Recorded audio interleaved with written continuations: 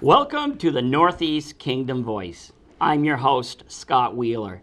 Today's guest is one of this area's unsung heroes, Sharon Stewart. Welcome to the show. Thank you for having me, Scott. And when I say you're an unsung hero, I actually mean it, because you know what? If anybody watching this show has never seen you, they probably haven't been out of their house for several years, because you are constantly on the go. You're constantly helping people get into shape, whether it's providing classes or other times you bring them out walking, you bring them out running, you bring them out, as you call it, slogging. What's slogging? Slogging is a term I put together for a slow jog. You're moving, you're not quite walking slow, but you're not quite running fast. It's a constant aerobic motion. And for full disclosure, you have also been working for several years trying to keep me out of the grave. That's true. That's my main objective. And how have I done? You're amazing. Yeah. You're one of my fittest clients. Well, let's... You're on the professional list now. Well, wherever you go, I'll follow. Do you know that when you first came to me, and I said, I think you were like the majority of people in the area that are so afraid that something that I'm going to push them too hard, or they're going to work too hard, and that nobody really knows what to expect. When, in all honesty, when you walk in, and the first thing that I do is to help you, it changes your outlook quite a bit. When you're in a position, I didn't come to you. You brought me kicking. You brought me kicking and screaming, and it took you 2-3 years between you and Gary White saying, "Oh, come on, come on." How do I want to rephrase this? When you first started, do you see the difference between when you first started to where you are now, in your strength, in your longevity, in your cardiovascular, in your general fitness? Oh, I felt great. Do you feel like you're stronger than you were? Oh yeah, I still, though, you know, I don't know if you can cure this. When I look in the mirror, I am not. I'm much better shape, but I still look like a bald, middle-aged guy. Do you think you can maybe, like... I will have to change the mirror, the profile. You just have to look in and smile and say, oh, it isn't a middle-aged man. Yeah. I'm smiling. Because in my mind, especially now that I'm in really good shape, I still think I'm 25, but these mirrors... I know. I would hold black sheets over all mirrors. Yeah. Because, you know, something in my heart, I feel like I'm 25, and in my mind, I feel like I'm 25, but my body's telling me I'm going to be 51. So there's a huge difference there. Driving over here, I was thinking back to when I first you actually started. know how to drive. I do. Because you seem to walk everywhere. Only after when it gets cold. When it's about under 30, I tend to get in my car. Right. But as I'm driving over here and I look back and I start to realize that started to count how many years I've been doing this. I'm thinking, well, I was 18, and then I realized I was 51 on the way over here. So I'm like, oh my God, this is like almost 32 years of being in the fitness industry, and what a span it's been. And I still look in the mirror, and I find it really hard to believe that I'm 51. Then I look in the wrinkles and I go, I guess you are 51. Are you looking in the mirror and seeing your mother look back at you yet? Always. Oh, I look in the mirror, especially when I put my glasses on. I'm like, oh my God. and you're a native. I grew up with you as Sharon Needleman. Yeah, I'm born and brought up here in the cold northern frozen domain of Newport, and I've watched things go back and forth. I even ran for mayor last year. Yeah, and it was good. Actually, to tell you the truth is, I'm so used to seeing you in workout clothes. When you walked in all dressed up, I didn't even recognize you. Nobody. I do it for shock, actually. Once in a while, I get dressed up and put lipstick on, and my husband will be like, "Oh my God, who is that?" So if you were to get married again, would you just get like married in like tights, workout clothes? I don't think I'll ever get married again. Right. Not ever again. And Mark's going to be sticking around for a while. Yeah. It took me too long. Yeah. So, and you know, maybe people who don't know you, they're thinking, well, geez, you know, she's one of these skinny people. She doesn't understand what it takes to lose weight. Now, I've known you, so I've known that you know, to put it bluntly, you've battled weight issues. For the last maybe 21 years, I was at 160 pounds 3 times. Right. I was 160 pounds in 8th grade. I was 160 pounds when I gave birth to my son, and I was 160 pounds when I gave birth to my daughter. So I've reached that plateau 3 different times. Pregnancy, you do what you do, but you know something, the more I worked out, the more fit I stayed, that weight came right off within 3 months of my deliveries.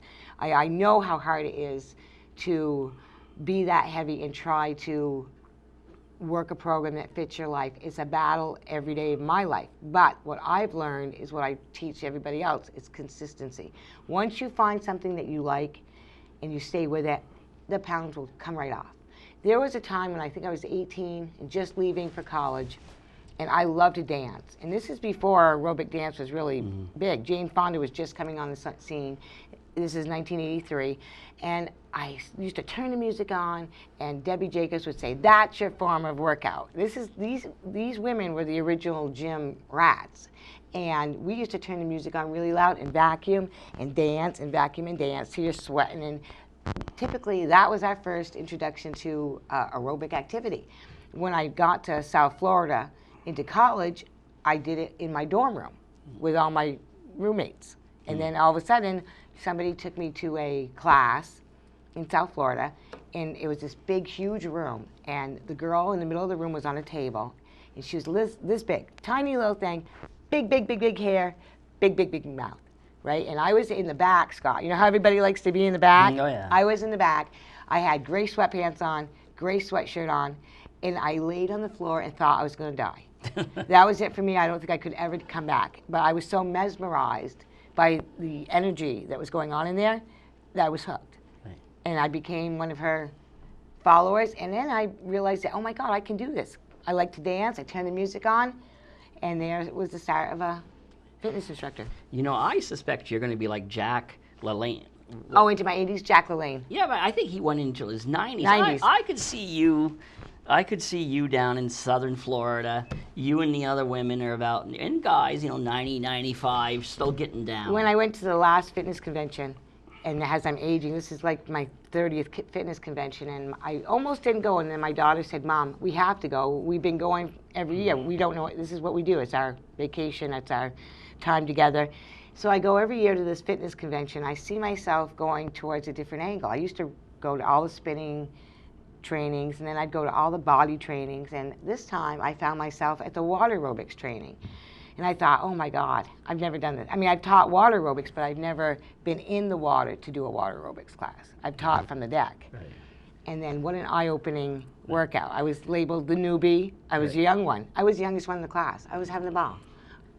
So then one thing led to another, and you returned home, and you have become one of the premier exercise or fitness trainers in the area. Because, as I said, I think most people, if they don't know who you are, they know you by sight. And when I say you're an unsung hero, is not only have you probably saved lives by getting people into shape, but you're also a dynamo when it comes to raising money for various causes, whether it be for cancer.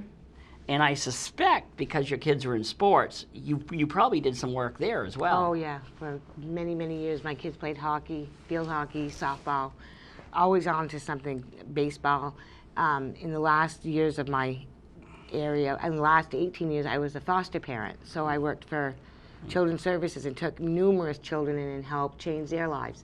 And my husband and I sat down one day and said, our home is open because God was good to us, and we have 3 healthy children. And so I took my love for kids and fitness and I meshed it. And I brought in kids that needed a place to live and taught them a better and healthier way of living. Do you think with any of your foster kids it's really kicked in? Do you have some people? Oh, they all come back. They'll come back, and it's amazing how they show up in my classroom, or they'll stop me on the street and say, "Sharon, I remember when we used to walk," or "Do you remember when we used to do this? Can we do this again?"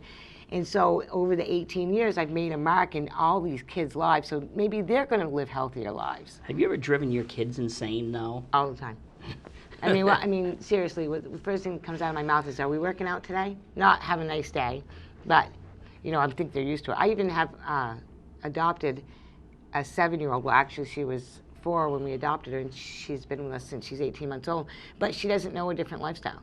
Now she just knows it's time to work out. Or I'll come around the corner in the living room, and she's got the DVDs on working out.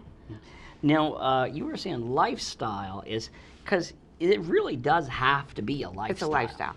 You know, when you make it a part of your life, it includes your whole entire family. And once you show them they can do it, they all take part in it. It's one of those things where you say, if you can't beat them, join them, right? So I get up every morning at 5:30 to work out, and now my husband is right alongside of me. Right. And my kids come in the afternoon. So, I mean. You know what I find, though, is truly moderation, because I see some people throughout my years of working out, they will start off full bore. They might even go a year full bore, and then the next thing they just all of a sudden they disappear. You have to find consistency, right? And it has to be something that you can live with, and exactly. And you can't constantly punish yourself. Like just because you want to be in shape doesn't mean that you can't have that occasional donut. Right. You know, something is the same thing with if you're tired and you sleep in. That's all right. You know, we're all entitled to a rest. The majority of people that I see every day is just letting them know, find something you love to do and stay consistent with it. The walking, I love to walk. I like the sun on my face. I like the fresh air. I like to talk to people. I like to encourage people. And walking is a sport and a fat burner that's free. It costs nothing. You put your sneakers on and you go. And then the other thing that does is help improve your conditioning, your cardio, your heart, your lungs, and in general, you feel better about yourself. You know, I happen to think, and you might disagree with me, but I think in the last few years, Newport has done a spectacular job with their sidewalk and walking system, because nothing I hate more than having to walk, go out and back. Now Newport has great circles. You have huge circles, and you know, same as runners, we have the same loop. All the runners know that sidewalk around town is about 5 miles long. So whether you walk it, whether you run it, get out there and do it. Now, we're approaching the sign-up time for the marathon. This goes back to Gary White and all the people that we've helped reach goals. So I'm back on my marathon platform. This is the time where we get people saying, these are goals, I want to help you meet these goals. I want to help you run that race. I want to help you finish the race that you wanted to start. So anyone that's interested in trying to run a 5K or a half marathon or a marathon on their bucket list, don't worry about calling me. Give me a call anytime you want, and I'll be more than happy to listen to you, help you out, you know, run with you or give you a plan. Right. You know, it's interesting looking back on my life. I was once one of the top runners in the state, and now I really, you know, I actually could run again. I could, but I don't have that drive. But and I don't think that's a bad thing. I get my exercise elsewhere. And it's just like my sons, as you know, they are accomplished marathoners. Nick's come in 9th in the Philly Marathon, 35th in the Boston. Kurt came in 4th in Burlington, but they do not love the marathon. It's hard. It's a lot of work. Well, what they said is, if you're going to run at that caliber that they run at, it takes them weeks to recover. Yeah. Well, the stress on your body. See, that's the difference. When I'm done a marathon, I actually feel good, and I can get up and walk the next day. That's a slogger's point of view. So I don't do it for competition. I do it because the ends justify the means. And I think my biggest achievement through all of this is watching somebody finish with me. Is taking somebody that's never done it before and watching them reach their goal. And to me, that's the biggest moment in my life. I get such a thrill out of watching somebody achieve their goal. And so that's why I go back year after year and say, hey, let's do this. Let's try to train for this. I line them up. We train. And that day of that marathon, when you see people set their goals and they reach them, that's so gratifying. Right. And you know, the thing is our bodies are so forgiving. It's like, I remember back years ago when I started your class, I was probably at my all-time high in my weight, because it was either when I was in legislature or when I just gotten out. And I'm going to tell you, legislators, they're constantly bombarded by lobbyists in every group there is. They're giving you donuts, cookies, beer, liquor, wine, and it's not a healthy lifestyle. No. And I went up to my all-time high, and I'm not saying I was heading towards a heart attack, but I remember when I started your class, it was like, okay, when am I going to die? But but you have a very good way, and I think a lot of you personal trainers are like this. You can kind of gauge when a person's dubbing off, Right. versus they're at their limit. Because right. you can tell when that's I'm what- just yeah, dubbing off. Yeah. And there's a certain point where you have to say to somebody, are you okay? Or, you know what, maybe we need to try something different. Or to fix their gait. You know, we watch people say to me, they'll say to me, oh, I have a DVD I'm working on at home. That's awesome. You're working out at home. But the thing is that you want to make sure that you're in the right form, you're in the right you're doing the right modifications for lower back pain or lower knee pain. That's mostly our job, is to make sure that you're getting the most benefit out of that workout. The other thing that comes to mind is that why would I hire a personal trainer? I'm pretty motivated. Motivation is 90% of it, and safety is a big part of it. And just having someone there to work out with is a huge part of it. But I don't believe that personal trainers should be called trainers. I think we should be called more like coaches. Right. Because we're really there to coach you. We're there to, to make sure that you keep going. The times that you want to stop and you go, I don't think I can do this anymore, I can look at you and pull something from you. Right. I can look and reach down deep inside of you so you don't quit. Right. One thing that has crossed my mind throughout the years is, why haven't you work everywhere? You do classes here, classes there, but why have you never just decided, all right, I'm going to buy this building, I'm going to rent this building, and just have a place just for yourself? Because I'm a child that's never grown up. That's too much responsibility for me. I would rather put my time into working with people than I'd rather work for somebody else than to be my own boss. Does that make sense? Then I can definitely concentrate on that person. I don't have to worry about this, and this. Right. Because you remind me of another fitness guru who passed away a couple of years ago, and I think you kind of started in the same area, was Bob Decker. Bob Decker, and I go back to when I was 8 years old. I used to go to his gym when he had his first gym with my grandmother. Right. And I'd been right underneath Bob all the way through. We did at one time have a little workout room under the health food store together. But it's, the passion, for me, fitness is a passion. It's a lifestyle, it's a love. I don't look at it like a business. So I'm the worst one to have to collect money on something that you love so much. Do you see what I mean? If you said to me, how much do you charge? I'd be like, oh, I have the same thing with my writing, is I have to make a living, but on the other hand is my money isn't the major focus. Right. And I think you got to also understand, you are also, you are worth something too. I do. Your time is worth.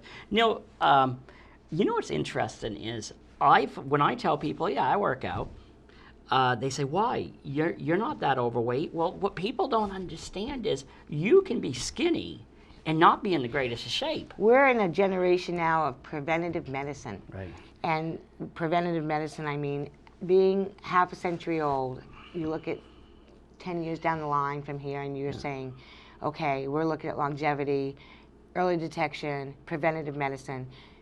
These are things that I stress throughout my day to everybody. I believe that everybody has a underlying cancer cell somewhere, but I believe that the healthier you are going into it and the stronger you are going into it, the better off you're going to be able to survive it. Right. Do you see what I mean? If you don't smoke and you don't drink a lot of soda and you eat healthy and you move, you're going to have a much easier time battling this horrible disease. And you'll come back stronger, and the odds of dying from it may not be as great. Right. And some people will say, well, but my grandparents didn't exercise. Well, okay, but I bet you there's a lot of grandfathers and grandmothers who are behind the plow. Yeah. We are very, even in sedate community. Yeah, we're very sedate. Yeah, very sedentary. You sometimes your entire day is spent sitting. Very few of us work on the mill floor anymore or farm the fields. My grandmother lived to be 84, and she walked to work every day. Right. She could have a taxi if she wanted, but she loved to walk. She loved to eat healthy. She loved to walk, and her form of exercise, she'd find something to do, and she never sat still. She worked up until she passed away. And back then, we'd go, "Why do you want to walk, Grandma? You can afford a cab." But that was her back then. I think she was way ahead of her time, too. She was one of Bob Decker's first gym members. Now, she didn't do Taekwondo, but she went to the ladies' fit and... Right. Then the thing is, if you look at in my old pictures, you may have seen husky people and an occasional fat person. But for the most part, people were leaner back in the old days, for the most part. Well, we didn't have computers. We didn't have all the digital TVs. Kids went out and played. I never sat and played a video game. I wouldn't know how to play a video game if my life depended on it.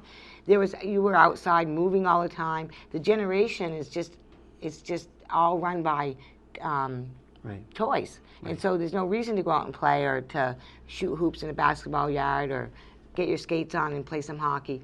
That's the problem with our generation. We're just not. We're statute. We don't move. No. Well, that's it. And I think that's how.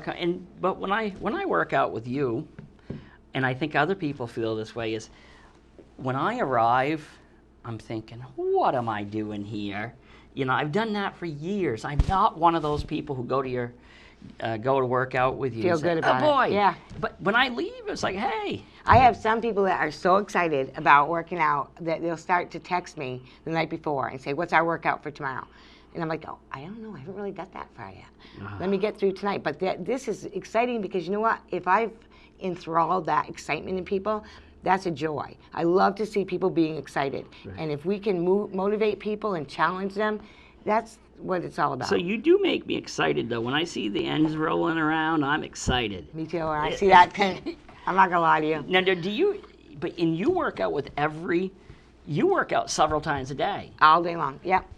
With different people, different fitness levels, different areas, like the walking groups, the senior people, or just out in the community in general. Right. But a lot of it's being able to stop and chat with people that have no idea what they're doing. I don't mind. I love to hear people talk to me. I love to answer questions. And I really like to see people start to embrace the walking programs and a lot of the fitness programs that we have in the area. Right. We're very fortunate now to have such a wide variety of fitness places to work out. Right. Because back when we were younger, there was no place. Right.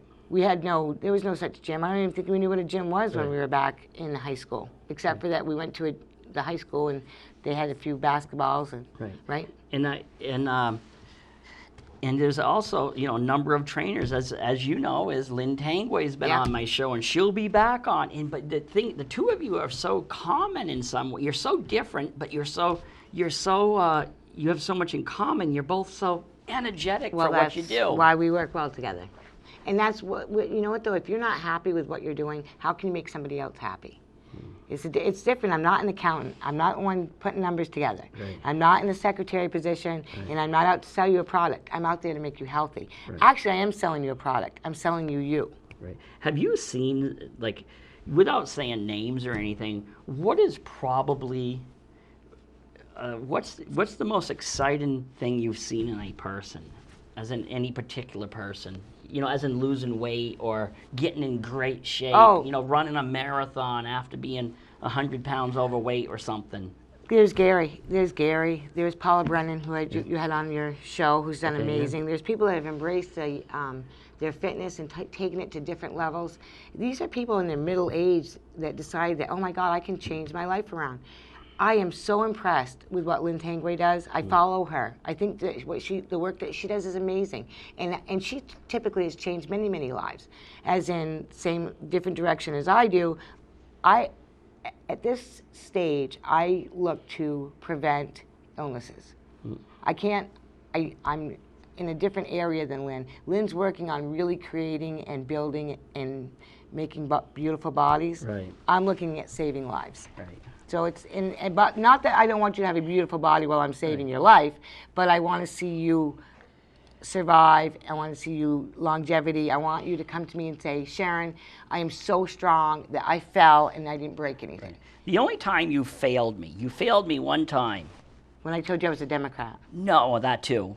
No. When I saw the sexiest man alive on the cover of a magazine, it wasn't me. I know. After working out with you for that long, like I said, shouldn't I have been the sexiest man alive? You should have been, but like I said, Scott, at our age, I ain't looking to make you beautiful, but I just want to save your life. That's all.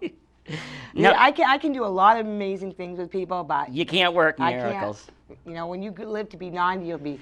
I think that was Sharon Stewart. Yeah. And I think it was her making me work out till I was 90 that saved my life. And well, someday I'd be saying, well, that's really great. She became a Republican too. I almost crossed over. So we only have a few minutes left, about 4 minutes left. So if somebody really wants to get into shape, they've finally decided this is it. What do they do? How do they begin? You put your coat on. You put your shoes on, you get in your car, you drive to the first place that interests you, right? And you just step and you start to walk. Right. Once you start to walk, you're on your way. And don't be afraid to stop and ask questions, experiment, find things that you like. If you love to dance, try a Zumba class. If you love to bike, try a spinning class. If you like to run, try a running Tabata class. Anything is open. You have a gold mine in the city right now of activities for you. Once you find what you love and your passion, go for it. And if you stay with it, the ends will justify the means. The most important thing is find what you love and stay with it. Now, there might be some hope for me because my father's 81 and he still goes. Last year he biked 1,000 miles on his bicycle. Now and then he goes out dancing a few days a week. Yeah. And is he going to ride his bike in the snow at Jay? At Jay? Is he going to ride his bike in the snow? He did in the winter during Winterfest, and he kind of crashed out between the Twin Islands. I want to try that, and then my husband said the same thing. You might crash, Sharon. That's probably not a good idea. But he managed to get his way back. But that's 81 years old. There's still a guy who runs the Mount Washington race, and he's nearing 100. And some people have said, yeah, but he might die. Well, you know what? If he's like 98, he's probably going to die sooner than later. So I have a feeling he would be, it'd be okay. There was a woman last week, 99 years old, finished her marathon. I think it was in L.A. And then there's a few gentlemen that run the Burlington City Marathon and the Dandelion. There's an old gentleman that ran Dandelion with me, and I remember lining up with him. And I'm like, okay, buddy, it's me and you for 13 miles. Right. I think he beat me. Right. I seriously think he did, because my mother would say, how come you're running with the oldest man in the pack? I'm like, because I know the ambulance isn't far away from me. Yeah, but there's some really fit people of advanced age out there. There really are. I personally think, and maybe statistics doesn't show this to be true, but I still think we're starting to bend the curve a little bit. I think more that it becomes just a part of life about your eating. Like my eating has, I'm almost anti-vegetable, but I eat them all the time because it isn't something I love to do. It's something I have to do, right? And something is you come into middle age, you don't have the metabolism that you used to have as a young person. So it's all about change, and it's about things food that's going to make your body work better for you. Right. Your body is like a car. So how well it runs is what you put in it. When you put good food into it, it runs really well. If you eat garbage, you feel like garbage. Right. These are two things I always tell people. It's not even a diet to follow. It's that you've got to treat your body like an automobile. And so the better gas you put in your car, the better off your car runs. Right. The better food you put into your body, the better your body runs. I was stated yesterday about watching a show on vegan. I thought I was going to become a vegan for about 20 minutes. Okay? There's no way I'm eating kale ice cream. That was it for me. That's a way of life. Some people live that way. I personally could never do that. It took me 20 minutes to realize that. Right. No, I couldn't because I know our producer of the show. He's a vegetarian, Oh. and I could not imagine traded in my hamburger for a tofu burger. Yeah, or kale or- ice cream. Yeah, no dairy, no sugar, no. No, I'm. It's a lifestyle change, and you know what? What the key is that you have to find a lifestyle that works for you. Because it's a lifestyle. It's Yeah. not a diet. No, it's a lifestyle. People who know how my wife and I eat, we eat a lot of vegetables. They say, "Oh, you're on a diet." No, No, that's our No, lifestyle. it's just the way. Yeah. Last night, I will say I made it all by myself because I'm actually a pretty good cook. I saw actually on Facebook, spaghetti squash. You cut it in half. You put olive oil in it. Then you sprinkle it with seasoning, and then you cook it. You take it out. Yep, and you strip it with a Yeah, fork. you strip it Yep. out, but then you put Spaghetti sauce on spaghetti it. sauce, Yeah. and then chicken, Yep. and then low-fat cheese, and There you go. And the new one is the vegetable strings. Yeah. That's what they're doing. They're shredding like zucchini. yeah, I do that too. And so it looks like noodles, and replacing your noodles with that. Eh, There you go. I eat it, but it does not really replace a noodle. Okay. Hey, thanks for coming on. Thank you for having me. As I've said, you really are one of the unsung heroes of this area. And there's a lot of heroes here who are doing a lot, but typically it's not the people who are jumping up and down and saying all they are doing. What I want you to do, if I get one message out today, I have a fundraiser going on all winter, every Saturday at 8 a.m. at the Newport Municipal Building. All proceeds go to the Halo Foundation, the Mary Wright Halo Foundation. In Newport, all kids, adults, seniors, all fitness levels are open. It's open to everybody. Come down. We're going to give you a little bit of running, a little bit of push-ups, a little bit of everything. Make yourself available. Right. This is such a great way to be preventative, to look for longevity, and also for a great cause. Right. The rights. Now they're real heroes too. Those are my heroes. Those kids lost their mother and father just a short time apart. Yeah. They could have been very bitter at the world. Instead, they've created this group of where they raise Volunteers, money. yep. And they provide people with cancer. They provide them money. My friends that passed away Right. are the ones that gave me the incentive to do this. And even though they were passing and they were ill at the end, they made me promise, Sharon, please continue this. This is such a good thing that you're doing. I saw how the Halo Foundation reached out to all of my friends when they needed it without asking any questions. I can't tell you enough that I made a promise to these people to keep this fundraiser going. Come join me. Come see the excitement. Come feel it. Come do the workout, or just come visit. Right. And with the Halo, unlike other organizations or institutions where the vast amount of the money goes towards the institution or goes towards whatever, 100% of the proceeds that goes towards the Halo Fund goes towards the people who are suffering. Sometimes the Halo has to give more than they're taking in. Right. So that's why it's always important that we think of those that need us. And like I say every morning, God's given me two Right. legs, two arms, and I'm healthy, and it's time for me to give back. Okay, So this is well, what we're doing. Thanks for coming on. Thank you. And thank you to the viewers for tuning in to another segment of the Northeast Kingdom Voice.